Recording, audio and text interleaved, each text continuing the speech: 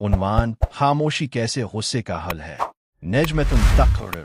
अस्सलामु अलैकुम व रहमतुल्लाहि व बरकातुहू। आज हम बात करेंगे एक ऐसी ताकतवर आदत के बारे में जो हमारे गुस्से को काबू में रख सकती है, और वो है खामोशी। इंसानी फितरत में गुस्सा आना एक आम बात है, लेकिन असल ताकत इसमें नहीं कि आप गुस्सा करें, बल्कि असल बहादुरी इसमें है कि आप गुस्से को काबू में रखें। हदस मुबारका है। कवि वो नहीं जो कुश्ती में दूसरे को गिराए, बल्कि कवि वो है जो गुस्से के वक्त खुद को काबू में रखे। एस्टरिस्क सहीह बुखारी। खामोशी हमें वो वक्त देती है कि हम अपने जज्बात को संभाल सके, अपनी जुबान से ऐसा कोई लफ्ज़ ना निकालें जिस पर बाद में शर्मिंदगी हो। अक्सर झगड़े सिर्फ इसलिए बढ़ते हैं कि गुस्से में इंसान बोलता है बगैर सोचे।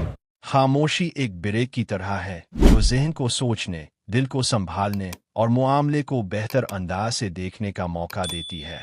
जब आप खामोश रहते हैं तो दूसरा भी सोचने पर मजबूर होता है। अक्सर मसाइल बगैर बहस के सिर्फ खामोशी से हल हो जाते हैं।